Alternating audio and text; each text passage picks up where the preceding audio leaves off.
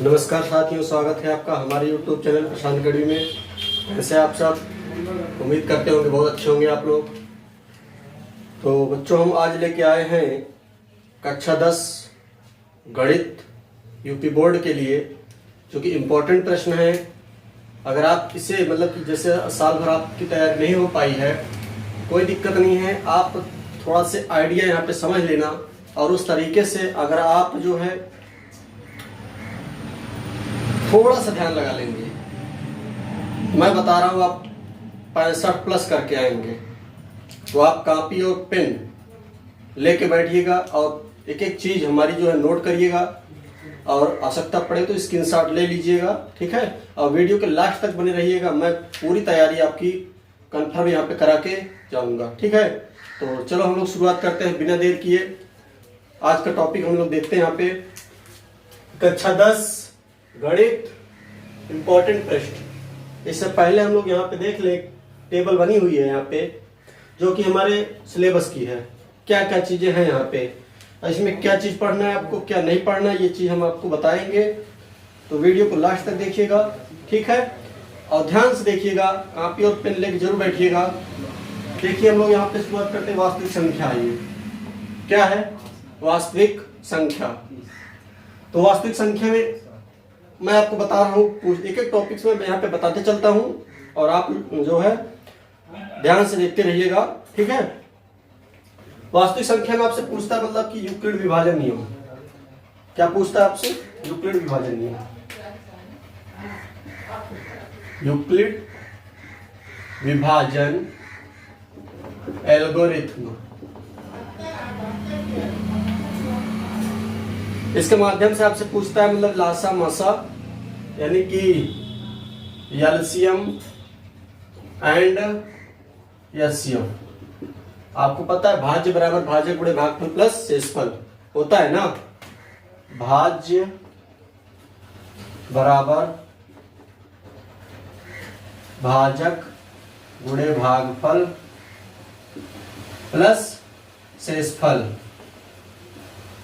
ये चीज होती है, ठीक। इसमें से आप एक क्वेश्चन देख के जाएंगे, एक या दो क्वेश्चन आपसे यहां से पूछेगा, ठीक है। और सुनिए, या तो ऑब्जेक्टिव पूछेगा, और मैं बता रहा हूं 20 नंबर के आपके, मतलब इससे पहले मैं एक चीज समझा देता हूं आपको। 20 क्वेश्चन जो है वह ऑब्जेक्टिव है। क्या है? ऑब्जेक्टिव, जिसमें कि वास्तविक संख्या, बहुपद तो नहीं पूछेगा। कुछ टॉपिक्स में कटे हैं, का क्वेश्चन पूछ सकता है, नहीं तो दो चर वाले रैखिक समीकरण, द्विघात समीकरण से समांतर श्रेणी नहीं मिलेगा आपके यहाँ पे। त्रिभुज, निर्देशांक ज्यामिति, त्रिकोणमिति, त्रिकोणमिति के अनुप्रयुक्त यहाँ से नहीं पूछेगा, यहाँ से पूछेगा, ठीक है। और वृत्त की बात कर लेते हैं, तो वृत्त में स्पर्श रेखा और स्पर्श बिंदु, ये चीज कट गया है, इसको नहीं पढ़ना है आपको। रचना से नहीं पूछेगा यहाँ से, चूंकि ऑब्जेक्टिव में रचना नहीं पूछेगा, ठीक। वृत्तों संबंधित क्षेत्रफल फार्मूले पूछ सकता है। त्रिज्यखंड का क्षेत्रफल एक नंबर के छोटे क्वेश्चन पूछ सकता है। पृष्ठीय क्षेत्रफल, आयतन, सांख्यिकी। अब इसको 20 नंबर कहाँ से आपको तैयार करना है, ये मैं बता रहा हूँ। 20 नंबर तैयार करने के लिए आपको सबसे पहले जितने टॉपिक्स हैं, सारे टॉपिक्स यानी सभी टॉपिक्स के एमसीक्यू जो है, एमसीक्यू हल करने हैं। मतलब प्रश्नावली पूरी खत्म होने के बाद लास्ट में देखो लिखा रहता है विविध प्रश्नावली। विविध प्रश्नावली के जो एमसीक्यू क्वेश्चन है, तो प्रत्येक टॉपिक्स के आप देखते जाएंगे। तो मैं बता रहा हूं यहाँ पे आप कम से कम 90% आपके यहाँ से तैयार हो जाएंगे। 20 मतलब कि 20 क्वेश्चन ऑब्जेक्टिव के, ठीक है। अब बात करते हैं 50 नंबर जो सब मतलब कि लिखित होता है उसकी, वो किस तरीके से आप तैयार करेंगे, कहाँ से क्वेश्चन पूछता है, वो सारी चीजें मैं आपको बताऊंगा यहाँ पे। तो इसको मैं मिटाता हूँ और कंटिन्यू आगे आपको बताते हैं फिर, ठीक है। तो इसको आप नोट कर लीजिएगा, ध्यान देना है आपको।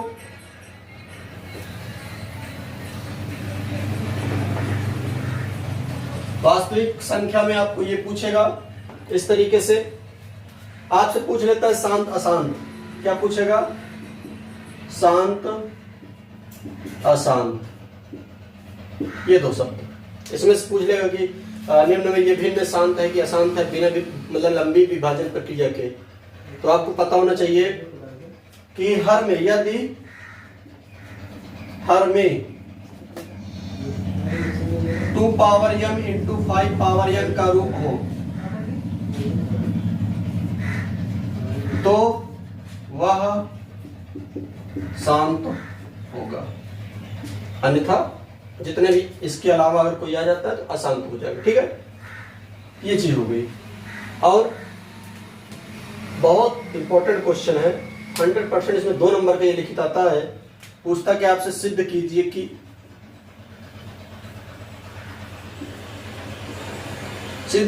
कि √2, √3, √5, √7, √11 और यहां से आपसे कह दिया कि मतलब 3√5, 2√7, 3√2 और यहाँ पे दे दिया आपको 5√7, इस तरीके का। और आपसे √3 माइनस में √2, √3 प्लस √5, √7 प्लस √2, ये इतने इत्यादि एक अपरिमेय संख्या है। इस तरीके क्वेश्चन आपसे पूछता है और 100% लिखित एकदम बता रहा हूं मैं, ये पूछेगा, जरूर पूछेगा।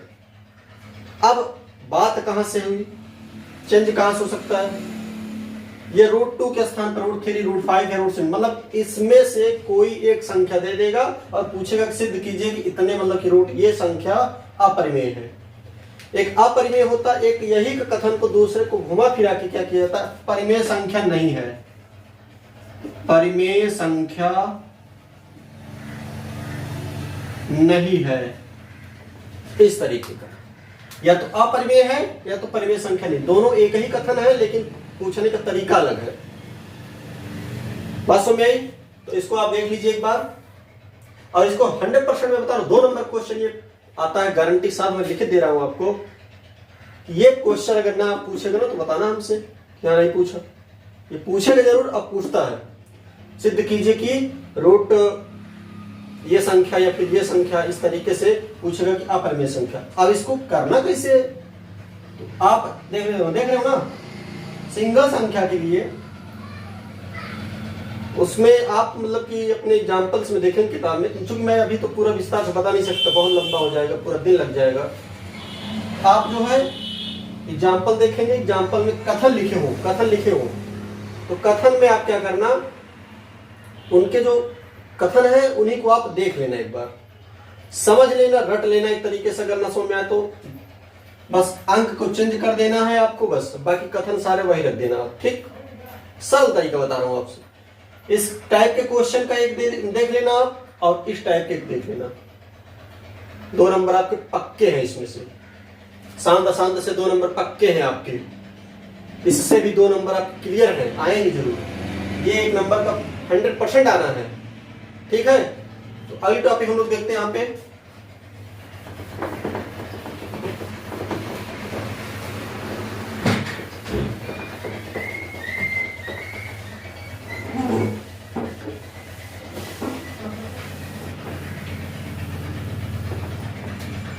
अगली टॉपिक बहुपद। क्या है? बहुपद नहीं पढ़ना है ज्यादा, कि मतलब कि उस पर फोकस नहीं करना है। ठीक है, ज्यादा समय नहीं बर्बाद करना। बहुपद से नहीं पूछेगा क्वेश्चन, क्योंकि उसमें से कुछ टॉपिक्स कटे हैं, तो मैं बता रहा हूं कौन कौन से टॉपिक्स कटे हैं। ये शून्यांक हो गया। क्या हो गया? शून्यांक। तो क्या क्या इसमें मतलब शून्यांक, इनके शून्यांकों के मध्य संबंध और वास्तविक गुणांक वाले जो बहुपद हैं उनके लिए विभाजन एल्गोरिथ्म, ये नहीं पढ़ना है आपको। मतलब जितने मैं बोल रहा हूँ सब नहीं पढ़ना, एक तरीके से ना के बराबर समझो उसको। ठीक है, अभी देखते हैं हम लोग 2 चर वाले समीकरण। 2 चर वाले समीकरण फोकस नहीं करना इसमें ज्यादा। दो चर वाले समीकरण देखते हैं हम लोग। ये आपका हो गया, ये वाला बात करते हैं दो चर वाले समीकरण। दो चर यहाँ पे मिलेंगे आपके, x और y, x और y, ठीक है। मतलब कि x और y मिलेंगे दो चर, ये दो चर हैं। इसमें से क्वेश्चन कैसे पूछेगा कि रैखिक युग्म में बदल करके आप जो है समीकरण को हल कीजिए। रैखिक युग्म में बदल करके समीकरण को हल कीजिए। जैसे कि क्वेश्चन मैं लिखता हूं, मैं बता रहा हूं आपको, देखना ध्यान से। 10 बट्टे दे दिया आपका x प्लस वाई प्लस 3 बट्टे दे दिया यहाँ पे x माइनस वाई बराबर में 4। फिर उसके बाद यहाँ पे दे दिया कि 3 बट्टे x प्लस वाई माइनस में 2 बट्टे x माइनस वाई बराबर -2। इस तरीके का कहेगा। निम्न को रैखिक युग्म समीकरण में बदलकर हल कीजिए। बटे वाली सवाल चाहे जहां से आएगी इस तरीके के, अगर कहेगा कि रैखिक युग्म में बदलकर हल कीजिए, ये क्वेश्चन 6 नंबर के आते हैं। कितने नंबर के? 6 नंबर के। कहां से पूछता है? दो चर वाले रैखिक समीकरण 6 नंबर क्वेश्चन आता है या 4 नंबर का आता है। कैसे लगाना है आपको मान करके लगाना, मैं तो हिंट दे दे रहा हूं, आप समझ लेना। हमेशा कुछ नहीं करना आपको। जैसे ये 1 मतलब कि x प्लस वाई है, अगर इसको हम लिखना चाहें, इसको देखो, चाहे इसको देखो चाहे इसको देखो, एक बता देना, आप समझ लेंगे, ठीक। तो यहाँ आप देखेंगे जैसे 3 है इंटू में क्या 1/x प्लस वाई लिख सकते हैं क्या? हम लोग लिख सकते हैं, बिल्कुल लिख सकते हैं। इसको लिख सकते हैं यहाँ पे क्या, ये माइनस है तो यहाँ पे 2 इंटू में 1/x माइनस वाई लिख सकते हैं क्या? बिल्कुल लिख सकते हैं। तो मान लेंगे इसके बराबर, क्या करेंगे? मान लेंगे इसके बराबर भी मान लेंगे। तो लिखेंगे क्या? माना 1/x प्लस वाई बराबर a और यहाँ पे 1/x माइनस वाई बराबर b। हल करना, रखना है मान। तुरंत कहाँ रखेंगे? जैसे इस तरीके से रखेंगे तो 3a रख दिया, माइनस में 2b रख दिया, बराबर में बन गया ना? बन गया ना? इस तरीके से आप रख करके इसको भी बदल लेंगे, दोनों समीकरण में मिला देंगे, मतलब कि बी को मिला देना या फिर ए को, मतलब कि ए को मिला करके उसके बाद माइनस माइनस चिन्ह है तो जोड़ या घटा करके आप क्या करना, एक मान निकाल लेना। एक मान निकालने के बाद दूसरे को फिर मान रख देंगे, वो आ जाएगा, ठीक। तो उस तरीके से फिर से हम इसमें मान रखेंगे ए का मान, फिर यहाँ पे हल करेंगे, समीकरण बन जाएगा, ठीक। चलो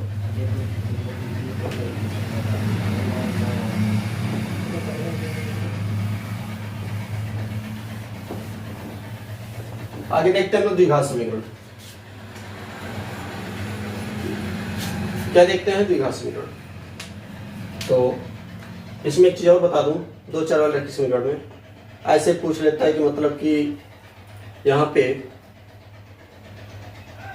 अंश, मतलब एक भिन्न के अंश में 2 जोड़ दिया जाए और हर में 3 घटा दिया जाए तो भिन्न 2/5 हो जाती है, ठीक। पुनः यदि अंश में 1 घटा दिया जाए, हर में 2 जोड़ दिया जाए तो भिन्न 3/7 हो जाती है। इस तरीके के क्वेश्चन, मतलब एक एग्जांपल मैं बता रहा हूं, इस तरीके क्वेश्चन भी वो पूछता है, दो चर वाले रैखिक समीकरण में जाता है, ठीक है। अब द्विघात समीकरण देखते हैं। द्विघात समीकरण में क्या क्या पूछता है आपसे? द्विघात समीकरण में आपसे पूछता है पूर्ण वर्ग बना करके, पूर्ण वर्ग बनाकर मूल ज्ञात कीजिए। पूर्ण वर्ग बनाकर मूल ज्ञात कीजिए। विविक्तर ज्ञात कीजिए। क्या ज्ञात कीजिए? विविक्तर।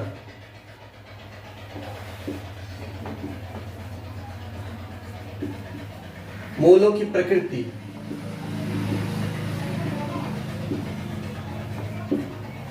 इस तरीके, मतलब ऐसे करके क्वेश्चन आपसे पूछ लेता है, ठीक। मूलों की प्रकृति को छोड़ो, मूलों का लक्षण कह देता है, बात वही है। मूलों का लक्षण के रूप में पूछ लिया, तब भी आपको वही बताना, मूलों की प्रकृति पूछ लिया तो वही। तो विविक्तर का सूत्र आपको पता ही है, डी बराबर b² - 4ac। डी बराबर b² - 4ac विविक्तर है, ठीक। फिर हम लोग यहाँ पे देखते हैं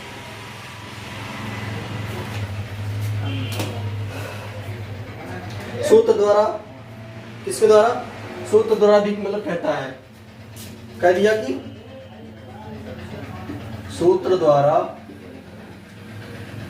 क्या करना है, गुणनखंड कीजिए।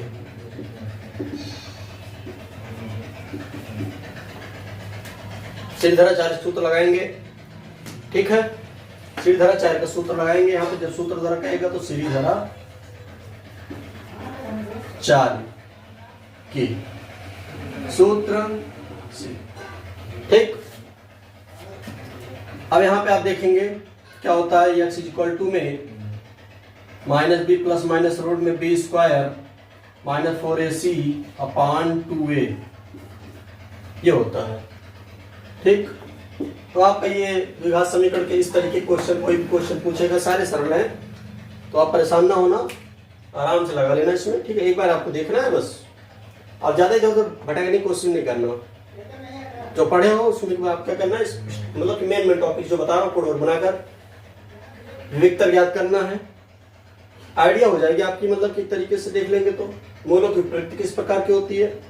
विविधता का सूत्र d बराबर b स्क्वायर माइनस 4ac, सूत्र द्वारा गुणनखंड कहेगा तो सीढ़ीधाराचार्य का सूत्र होता है x इक्वल टू में minus b plus minus root में b square minus 4ac upon 2a, ठीक है। मैं इसको मिटा रहा हूं। एक चीज मैं आपको थोड़ा से बताने के लिए सोच रहा था, जो छूट गया वो मैं बता दे रहा हूं। कहाँ टॉपिक से वो आपके यहाँ से दो चर वाले रैखिक समीकरण में, दो चर वाले रैखिक समीकरण में इस तरीके से इससे पूछता है, प्रतिस्थापन विधि, विलोपन विधि,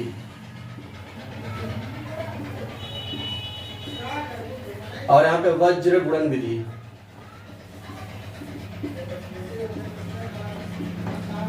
इन तीन विधियों में सबसे ज्यादा पूछता है क्या, वज्र गुणन विधि, ठीक है।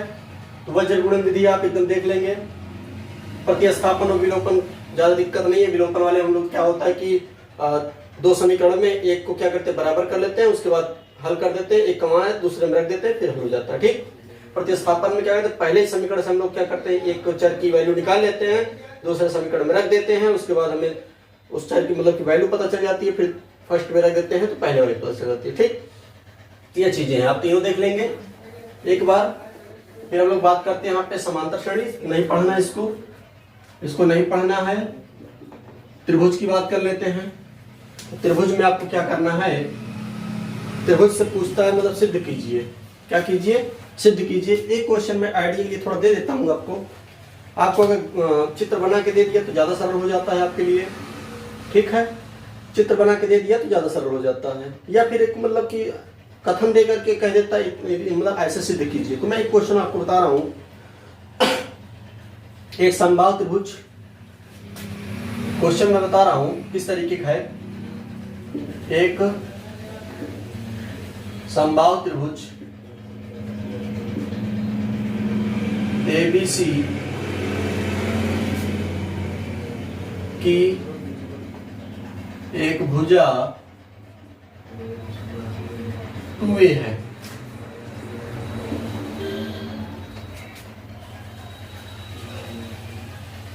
उसकी प्रत्येक शीर्ष की लंबाई ज्ञात कीजिए।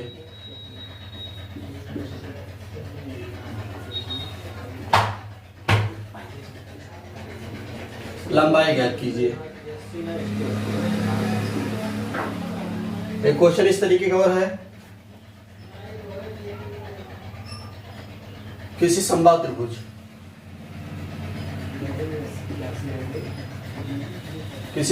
त्रिभुज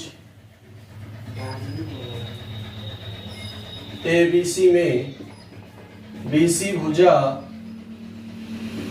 पर D सम त्रिभाजित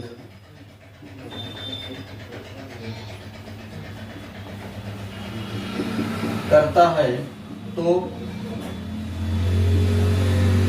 सिद्ध कीजिए कि 9AD स्क्वायर इक्वल टू में 7AB स्क्वायर। इस तरीके का मैं हिंट दे करके आपको चित्र बना दे रहा हूं, आप समझ लीजिएगा थोड़ा से। इस वाले क्वेश्चन को मैं बना रहा हूँ जैसे एक तरीके से ये आपका त्रिभुज है, ठीक है। एक यहाँ पे ये और ये तीनों से मतलब कि समान है। एक लंब खींच देते हैं, इसका नाम देते हैं ए, इसका नाम देते हैं बी, इसका नाम देते हैं सी, इसको मान लो ई। डी इस प्रकार क्या कर रहा है, इसको मिला दो समत्रिभाजित कर रहा है। हम लोग क्या करेंगे, इस तरीके से इसको मिला देते हैं, इसको डी मान लेते हैं, ठीक। अब यहाँ पे एक हम लोग क्या करते हैं, लंब खींच लेते हैं इस तरीके का, इसको ई मान लेते हैं। ये आपका फिगर बनेगा इस वाले क्वेश्चन का, ठीक है। तो आप देख लेना एक बार, इसको जरूर देख के जाना, ठीक। इस वाले की हम बात करते हैं। यहाँ पे अगली टॉपिक देखते हैं हम लोग, निर्देशांक ज्यामिति। क्या देखेंगे, निर्देशांक ज्यामिति से पहले हम थोड़ा सा इसमें एक चीज और देख लेते हैं। त्रिभुज में कहता है समरूप, समरूप दिखाने के लिए कह देते हैं कि सिद्ध कीजिए कि समरूप है, और क्षेत्रफलों का अनुपात दे देता है और पूछता है भुजाओं का अनुपात ज्ञात कीजिए। इनके परिमापों का अनुपात देता है। देखो मैं बता रहा हूं किस किस तरीके से क्वेश्चन पूछता है। क्षेत्रफलों का अनुपात माने 36 दे दिया और यहाँ पे 9 दे दिया। यह है भुजाओं का अनुपात ज्ञात कीजिए, ठीक। ये आपसे कह दिया कि मतलब कि दो त्रिभुजों के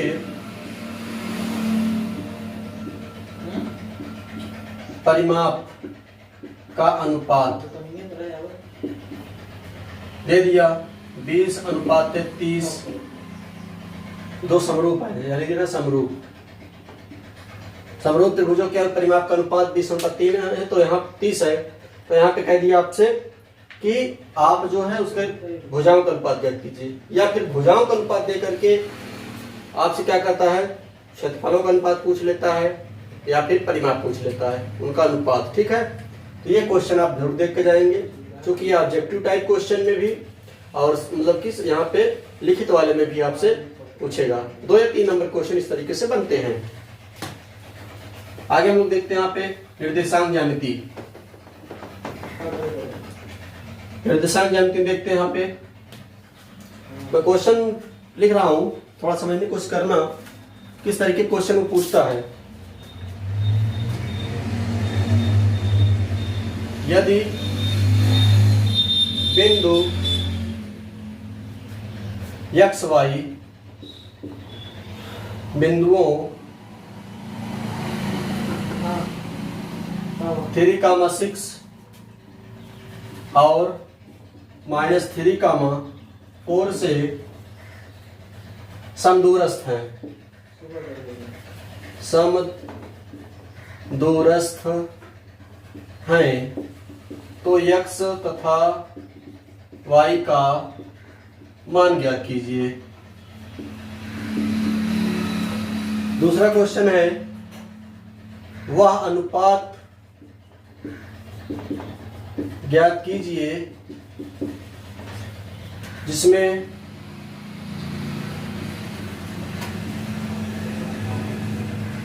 बिंदुओं -3,10 और 6,-8 को मिलाने वाले रेखाखंड को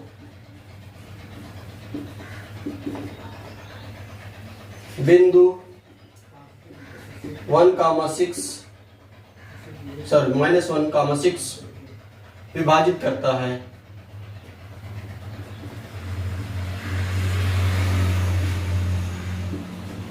दूसरा क्वेश्चन, ये दूसरा यानी पहला क्वेश्चन, दूसरा क्वेश्चन और तीसरा क्वेश्चन। यहाँ पे यदि x, y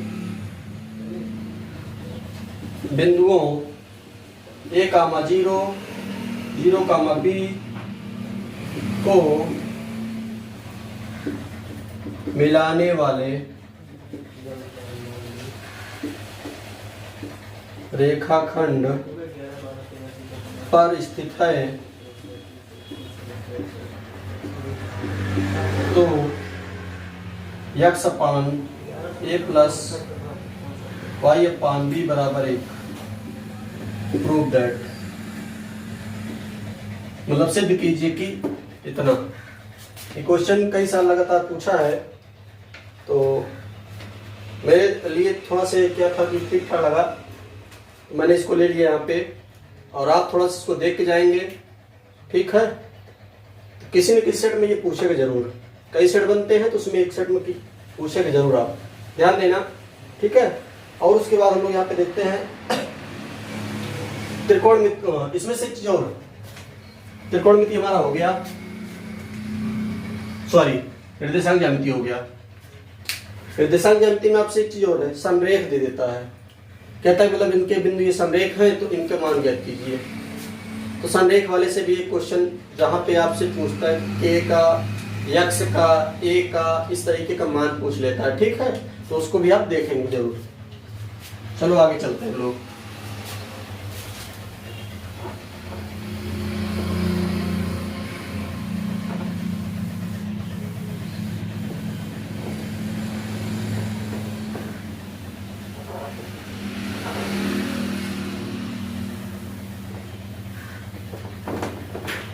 त्रिकोणमिति देखते हैं।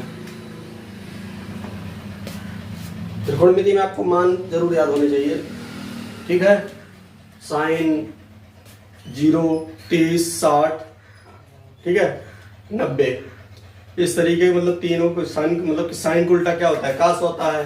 जब साइन और कास का पता चल जाएगा तो आप अदर मान भी क्या करेंगे, निकाल लेंगे, ठीक है। तो त्रिकोणमिति के जो क्वेश्चन पूछता है वो इस तरीके से पूछता है, मैं बता रहा हूँ, आप लिखिएगा थोड़ा से।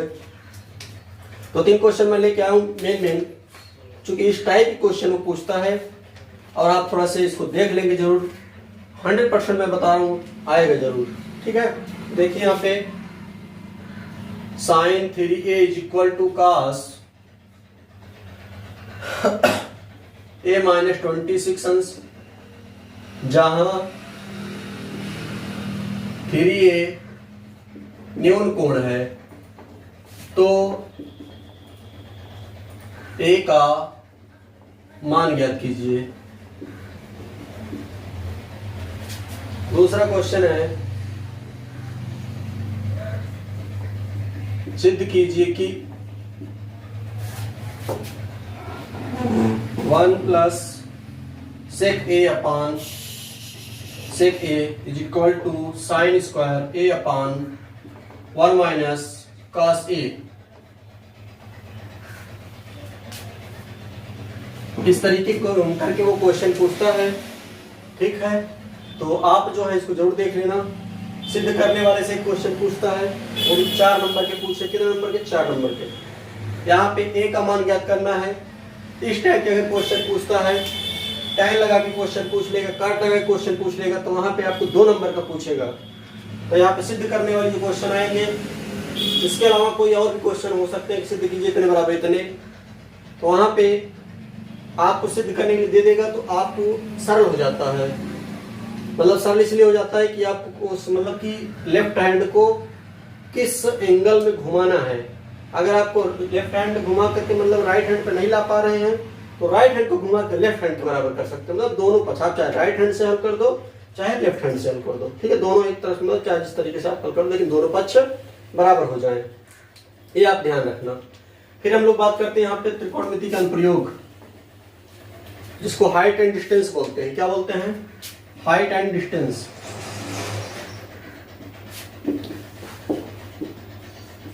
हाइट एंड डिस्टेंस, ऊंचाई और दूरी, ऊंचाई और एवं दूरी। ये किस तरीके क्वेश्चन पूछता है?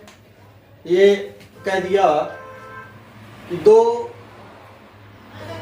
पेड़ों के बीच की दूरी 10 मीटर है।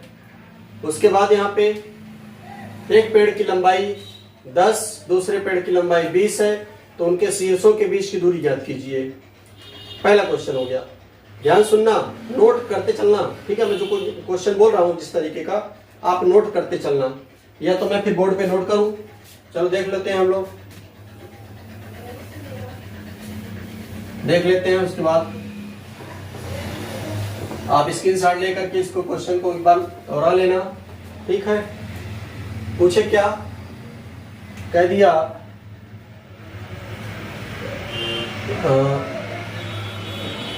दो पेड़ों की दूरी क्रमशः 10 मीटर तथा 15 मीटर है, ठीक है। उनके बीच की दूरी आपसे दे दिया यहाँ पे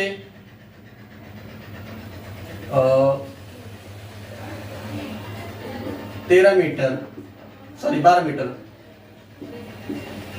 शीर्षों के बीच की दूरी बताइए, या फिर आपसे कह दिए कोण बताइए। इससे पहले मैं एक चीज और बता दूं आपको, समझने की कोशिश करना उसको। यहाँ पे पूछता है दो चीज आप याद रखना, उन्नयन कोण, अवनमन कोण। उन्नयन कोण, अवनमन कोण क्या होता है? उन्नयन, थोड़ा शब्द पे गौर करना। उन्नयन मतलब कि ऊपर की बात कर रहे हैं ना, जब नीचे से ऊपर की ओर हम देखें तो उन्नयन कोण होता है। अवनमन कोण मतलब आवाज से लग रहा है ना, उसके शब्द से देखो, शब्द से लग रहा है अवनमन कोण। अवनमन मतलब नीचे, जब नीचे को झांकेंगे जो कोण बनेगा ना, जिस एंगल से हम लोग क्या करें, नीचे की वस्तु को देखेंगे, उसे हम लोग अवनमन कोण कहेंगे, ठीक है। उन्नयन कोण मतलब जैसे क्या होता है कि पेड़ पे फल लगे हों, मान लीजिए आम की सीजन आ गया है तो पेड़ पे आम लगे हैं, मतलब कि फल लगे हैं। कोई एक फल जो है पका हो और उसको हम लोग ऐसे देख रहे हैं कि यार पका है, जो पका है तो हम लोग क्या करेंगे, देखेंगे उसको, नीचे से ऊपर की ओर देखेंगे ना, तो वो उन्नयन कोण है। क्या है? उन्नयन कोण। जैसे क्या है कि ये एक जहाज उड़ रही है, क्या उड़ रही है? तो जहाज उड़ रही है। ये जहाज उड़ रही है तो हम लोग देखेंगे यहाँ पे, ठीक है, ये जहाज उड़ रही है, हम लोग देखेंगे यहाँ पे एक बालक यहाँ पे खड़ा होकर देख रहा है।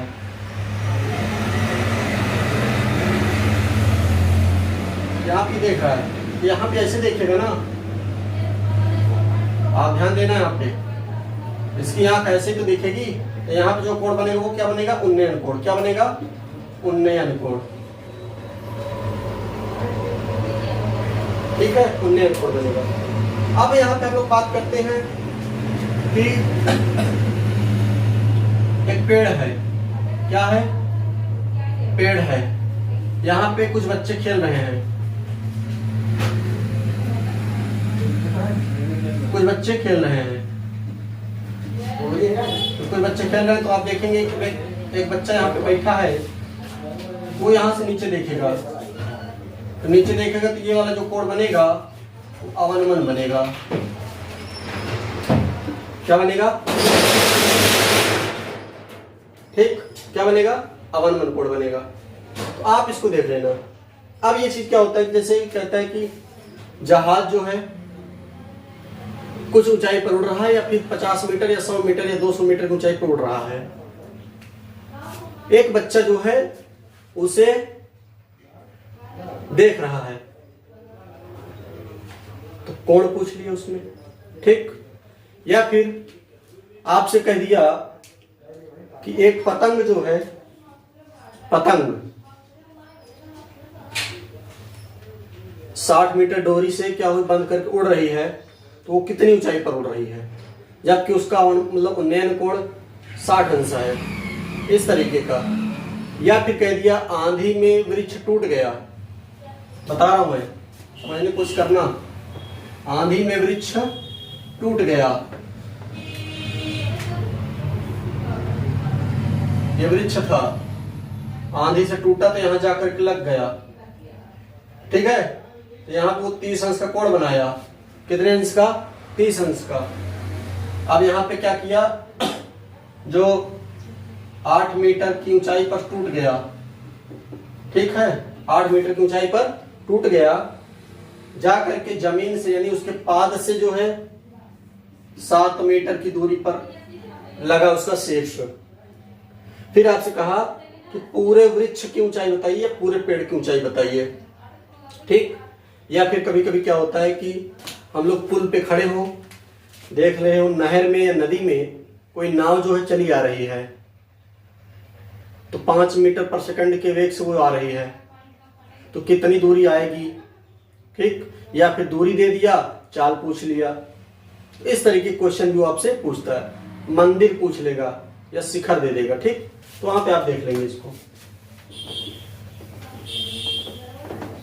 फिर वृत्त की बात करते हैं। वृत्त को नहीं पढ़ना है, लेकिन वृत्त में एक चीज और ध्यान देना, रचना पढ़ना है इसमें।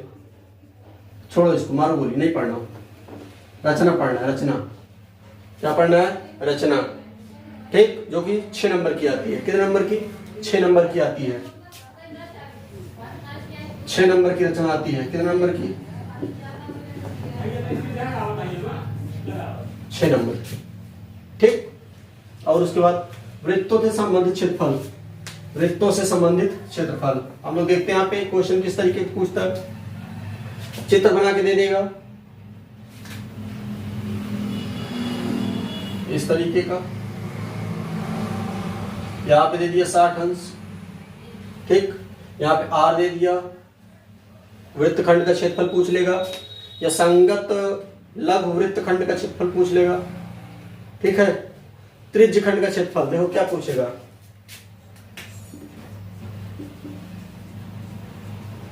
त्रिज्य खंड का क्षेत्रफल, संगत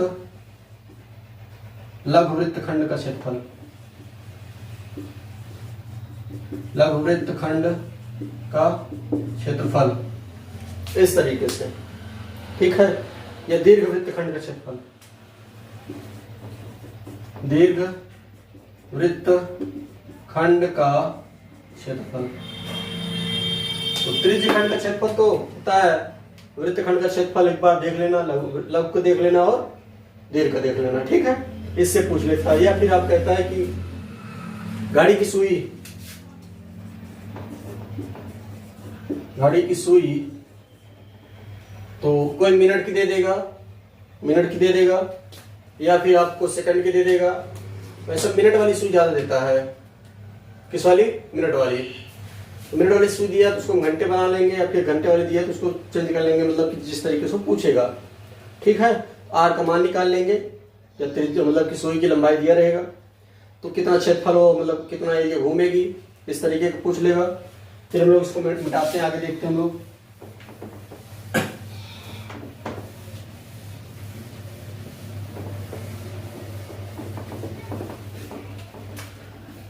हम लोग यहाँ पे देखेंगे पृष्ठीय क्षेत्रफल, पृष्ठीय क्षेत्रफल, छिन्नक जरूर देख लेना, छिन्नक, गोला, ठीक है। और हम लोग देखते हैं इस तरीके का बनता है ना, एक बेलन, ठीक। क्षेत्रफल पूछ लिया, और आपसे क्या पूछा? बेलन पूछ लिया, गोला पूछ लिया, छिन्नक पूछ लिया। छिन्नक का क्षेत्रफल होता है ये, ठीक। तो ये चीज देख के जाना, पूछेगा, ठीक है। क्षेत्रफल कभी क्या करता है, पेंट कराने के लिए पूछ लेता है। क्या कराने के लिए? पेंट कराने के लिए, पुताई कराने के लिए, ठीक। और तो ये सब चीजें आप देख लेंगे, ठीक है। एक बार दोहरा लेना, बस ज्यादा नहीं। फार्मूले आप जरूर देख के जाना, फार्मूले जरूर देख के जाना। पता लगे शंकु वाला छिन्नक में लगा दो, छिन्नक वाला गोले में लगा दो, गोले वाला बेलन में लगा दो, वृत्त वाला लगा दो, ना, थोड़ा सा एकदम सावधानी के साथ। फिर हम लोग बात करते हैं यहाँ पे सांख्यिकी की। किसकी बात करते हैं? सांख्यिकी की। सांख्यिकी जो होती है, स्टैटिक्स होती है, इसमें आपसे पूछेगा माध्य, ठीक है, बंटन माध्य,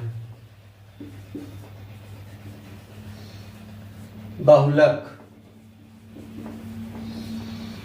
उसके बाद आपसे पूछेगा यहाँ पे माध्यक, माध्यिका, ज्यादा बंटन विधि से मतलब कि माध्यक ज्ञात करना या बंटन विधि से माध्य, ये ज्यादा पूछते हैं। बहुलक देख लेना क्या होता है, बहुलक यानी जो ज्यादा बार आया हो बहुलक, लेकिन फार्मूले पर अगर हल करना तो देख लेना।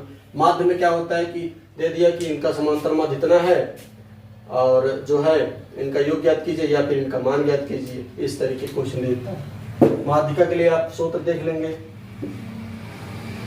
ठीक है, उस तरीके मतलब कि यहाँ पे पद और बारंबारता दे देगा, फिर हम उसको क्या करेंगे, हल करेंगे।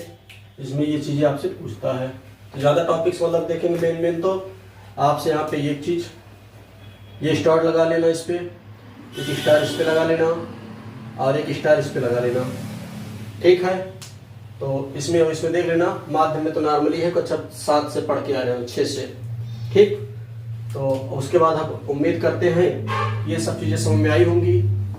हाँ, तो एक चीज और बता दें आपको, इसी YouTube चैनल पे जिस दिन पेपर होगा उसका पूरा हल सही एवं सटीक आपको मिलेगा, ठीक है। अगर आप चैनल पे नए हैं तो चैनल को सब्सक्राइब कर लीजिए और बेल आइकन पे जरूर प्रेस कर देना, ताकि जैसे हम वीडियो अपलोड करें तुरंत आपके पास पहुंच जाए नोटिफिकेशन और आप सबसे पहले देख लीजिए और अपने क्वेश्चन को मिला करके, ठीक है। और आपके पास मतलब जो है कोई भी डाउट होगा इस वीडियो से लेकर मतलब यहाँ पे जो भी टॉपिक्स मैंने बताए, तो आप कमेंट बॉक्स में कमेंट करिएगा और अपना मतलब कोई समस्या हो तो उसको भी कमेंट करिएगा, मैं आपकी समस्या का समाधान करने की कोशिश करूंगा, ठीक है। तो चलते हैं, फिर मिलते हैं अगले वीडियो में, तब तक के लिए जय हिंद।